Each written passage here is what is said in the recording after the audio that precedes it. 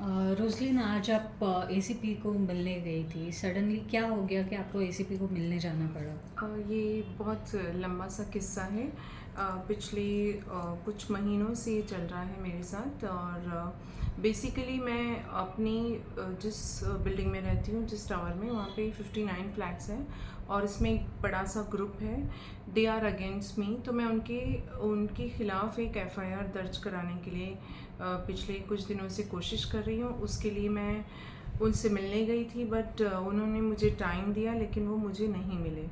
और ये पूरा किस्सा इसलिए शुरू हुआ क्योंकि जब मैंने ये फ़्लैट ख़रीदा तो यहाँ पर ऑलरेडी 2 ग्रुप्स थे जो डिफ़ॉल्टर्स हैं, जिसमें से एक लीज़ रेंट डिफ़ॉल्टर है, दूसरा जो अभी रिपेयर चल रही है उसका। तो ये ग्रुप्स में जो झगड़े होते हैं तब ये आपस में लड़ते हैं, लेकिन जब दोनों ने कोशिश की कि मैं इस ग्रुप में चले जाऊं या मैं उस ग्रुप में, मैं बहुत न्यूट्रल रही, मैं किसी से ज़्यादा बात नहीं करती हूँ। तो इस कैंसर के कुछ दिन पहले मैंने उनसे ये जानना चाहा कि आखिर ये जो मिस अप्रोप्रिएशन ऑफ फंड्स चल रहा है वो उसके बारे में आप मुझे डिटेल्स दीजिए। आप बताइए कि बैंक अकाउंट में क्या है और कैसे है। सो उनको उसी दिन से वो लोग मुझसे ऑफेंडेड हो गए और मेरे ख़िलाफ़ कुछ ना कुछ डेली करते रहते हैं, मुझे मेंटली हरेस करते हैं। कभी मेरा लिफ्ट बंद कर दिया जाता है, सेकंड फ्लोर पे लिफ्ट नहीं रुकता। अनफॉर्चुनेटली उस वक्त मुझे परेशान करने लगे जब मैं कैंसर से पीड़ित थी और मेरी सर्जरी हुई, मेरी कीमोथेरेपी हुई, मेरी रेडिएशन चल रही थी। उसी बीच कभी वॉचमैन आ जाता है दारू पी के और गालियाँ देने लग जाता है। और मुझे इमरजेंसी कई बार आई बीच में, जब मेरा प्लेटलेट डाउन हुआ तो मुझे लिफ्ट के बजाय मुझे स्टेयरकेस यूज़ करके चढ़ के जाना पड़ता था। मुझे जब मैं कीमो करवा के आती थी तब भी लिफ्ट, क्योंकि मेरे फ्लोर पे स्टॉप किया गया, तो मैंने कई बार ईमेल भी किए कि इस चीज़ को आप ज़रा करेक्ट करो, बट दे हैव डिसाइडेड कि वो मुझे इतना परेशान करेंगे कि मैं इस फ्लैट को बेचकर चली जाऊंगी।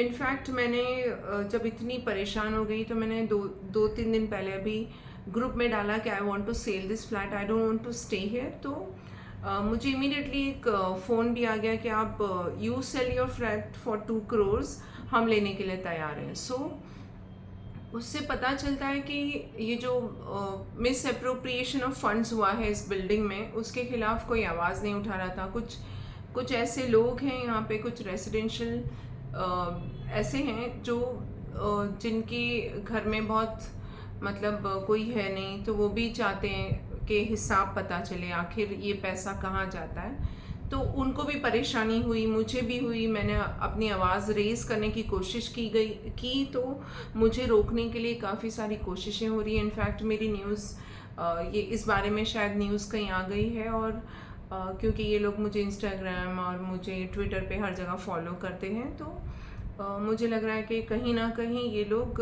लोकल पुलिस स्टेशन में जाकर इन्फ्लुएंस करने की कोशिश कर रहे हैं, जिस वजह से शायद मेरी कंप्लेन भी नहीं ले रहे हैं। तो पुलिस का क्या, जैसे आपने बताया कि आपकी कंप्लेन नहीं ले रहे हैं, तो किस तरह का एक्सपीरियंस रहा आपके साथ, पुलिस वालों के साथ आपका? मेरा बहुत ही ख़राब एक्सपीरियंस रहा। जब मैं वहाँ गई पिछले दफ़ा भी, तो जो ऑफिसर थे उन्होंने मुझे बुलाया। इनफैक्ट मैंने ट्विटर पे ट्वीट किया था, तो मुझे ट्विटर अकाउंट जो मुंबई पुलिस का ऑफिशियल अकाउंट है, वहाँ से मुझे कॉल आया। उन्होंने मुझे कहा कि हमने इन्फॉर्म किया है लोकल पुलिस स्टेशन में, आप जाकर वहाँ पर बात कर सकती हो और वहाँ पे फॉलो अप कर लो, they will definitely help you out. तो मैं वहाँ गई, लेकिन मुझे लगा कि ऑफिसर को कोई इंटरेस्ट नहीं था। वो सिर्फ एक बार उन्होंने मुझे फ़ोन किया और कहा जल्दी आओ आके मिल लो। तो मुझे लगा कि शायद जितनी जल्दी कॉल आया उतनी जल्दी शायद काम भी होगा, बट उनका बहुत अजीब सा बिहेवियर था। मुझे नहीं लग रहा था कि ऐसा कोई काम वो करने वाले हैं। इनफैक्ट मैं लास्ट टाइम भी कई बार जब जब मुझे परेशान किया गया, इनफैक्ट 1-2 बार मुझे मैन हैंडल करने की भी कोशिश की गई, तभी मैंने उनके पास जाके कंप्लेन की, तो दे सेड कि हम आपके एनसी ले लेते हैं। एक बार तो ऐसा हुआ कि मुझे काफ़ी देर वहाँ पर बिठाया गया वेटिंग के लिए, एनसी लेने के लिए। I was bleeding from my nose, तो मैं वहाँ से निकल आई कि मैं ये सब कुछ नहीं झेल पाऊँगी। सो कहीं न कहीं जब मैं इतना मेंटली और फिज़िकली ऑलरेडी प्रॉब्लम में थी, उस बीच इस टावर में, इस बिल्डिंग में लोगों ने मुझे परेशान किया और आज भी कर रहे हैं।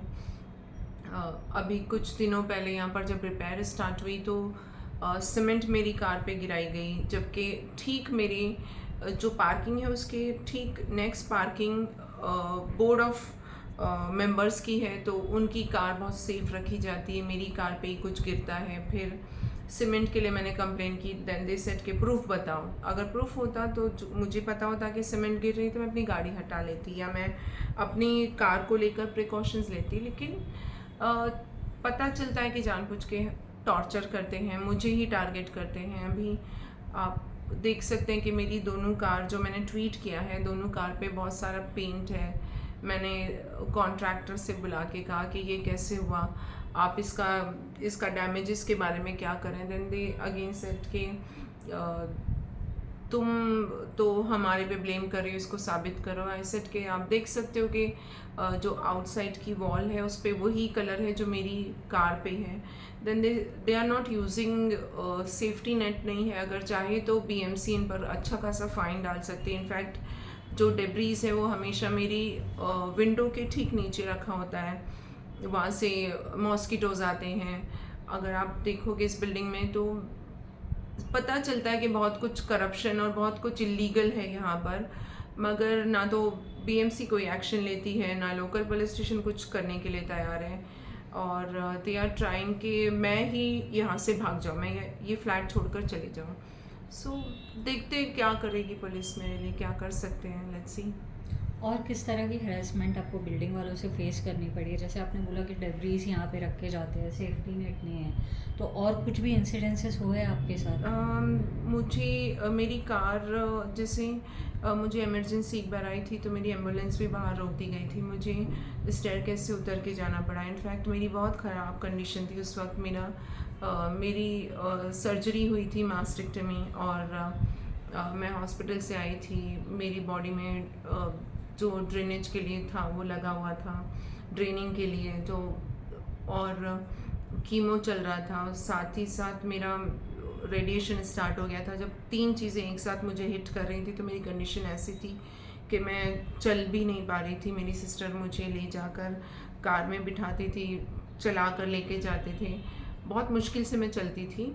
तो उस बीच मुझे मेरी गाड़ी बाहर एम्बुलेंस के लिए भी बाहर रोक दी गई। एम्बुलेंस मेन गेट से मुझे नीचे उतर के जाना पड़ा। रात को अगर आप हॉर्न बजाते हो 1:30-2 बजे तो ये कहते हैं कि हॉर्न भी नहीं बजा सकते हो, मेन गेट ओपन नहीं करते हैं, वॉचमैन बदतमीज़ी करते हैं। तो मैंने अपनी लाइफ में इस तरह की चीप हरकतें कभी झेली नहीं है, और जानबूझ के मुझे उस वक्त टॉर्चर किया गया जब मैं और मेरी फैमिली बहुत फाइनेंशियली और ये कह सकते हैं कि मेंटली और फिज़िकली बहुत ज़्यादा ऑलरेडी स्ट्रगल कर रहे थे। तो this is going beyond a limit now. मुझे लगता है कि ये किसी दिन भी कुछ भी कर सकते हैं इस वक्त मेरे साथ, और क्योंकि सेफ्टी नेट नहीं है। तो जैसे मेरी पिछली दफ़ा उनसे बात हुई तो जो कॉन्ट्रैक्टर का सुपरवाइज़र था कहता है कि कल को तुम्हारे सर पे कुछ गिर जाएगा तो उसका भी ब्लेम तुम हम पर डाल दोगी। तो अगर आप कोई सेफ्टी नेट यूज़ नहीं कर रहे हो तो डेफिनेटली कभी किसी पर भी कुछ भी गिर सकता है।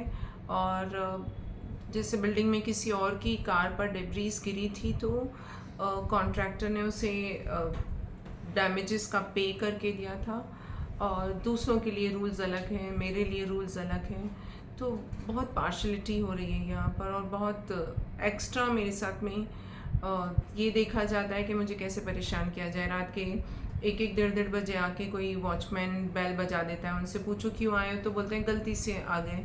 तो जो रेगुलर वॉचमैन्स होते हैं उनको पता होता है कि ये फ्लैट नंबर क्या है, बाहर लिखा हुआ है, तो आप कैसे गलती से रात में बेल बजा सकते हो।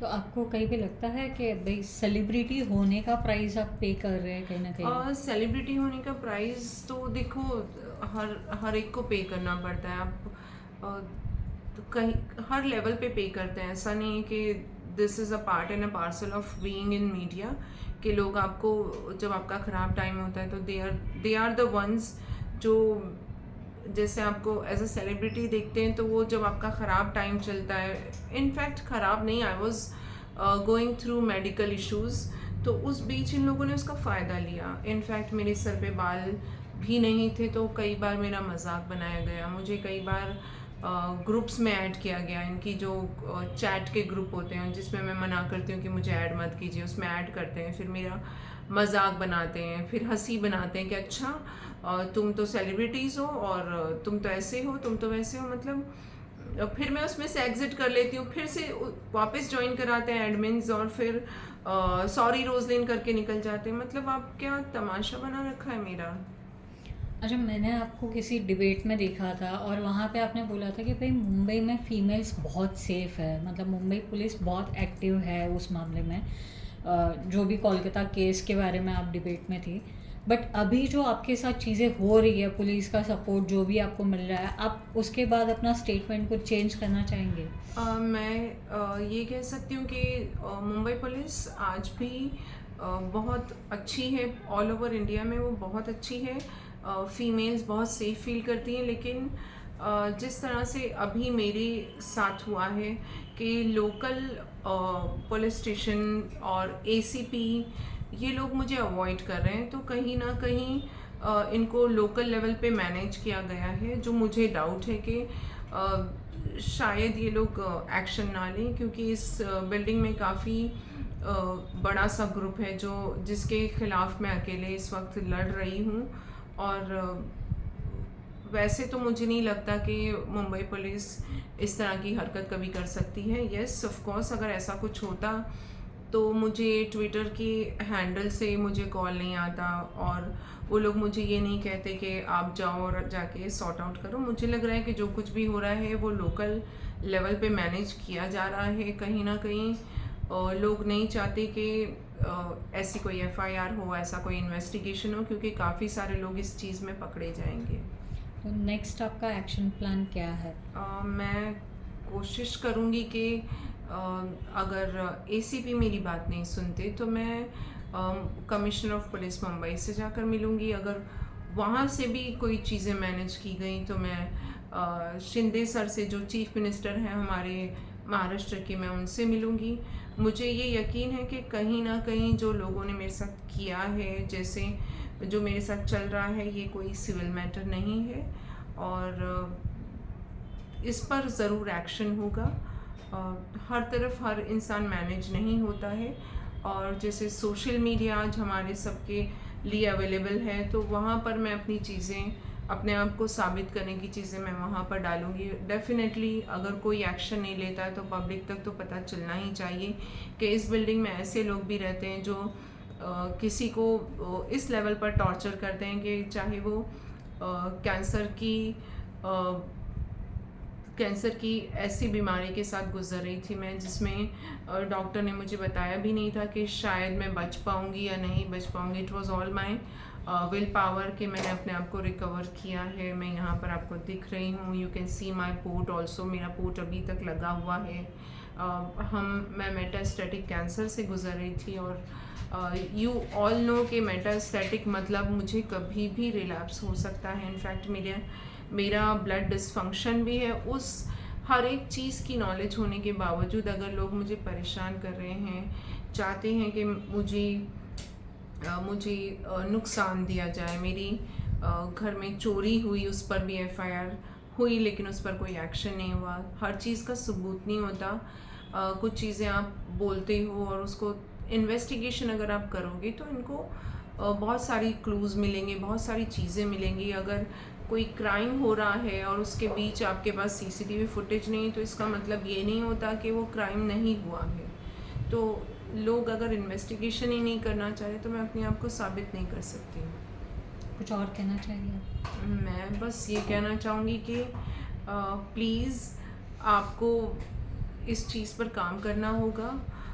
मैं चाहती हूँ कि लोकल पुलिस को अगर मैनेज भी किया जा रहा है तो आप अपनी ड्यूटी पूरी शिद्दत से निभाइए, क्योंकि लोगों की आपसे बहुत ज़्यादा उम्मीदें होती हैं। अगर मैं सोशल मीडिया पर इतना एक्टिव होने के बावजूद आज इतनी प्रॉब्लम में हूँ, तो जो आम पब्लिक है उसका क्या हश्र होता होगा, वो अगर कुछ क्राइम रजिस्टर कराने जाते होंगे तो उनकी क्या हालत होती होगी। तो आप सबको अपना काम बहुत अच्छी तरह से करना है, चाहे आपको कोई इन्फ्लुएंस करे ना करे। We all have expectation with Mumbai police. Thank you. Thank you.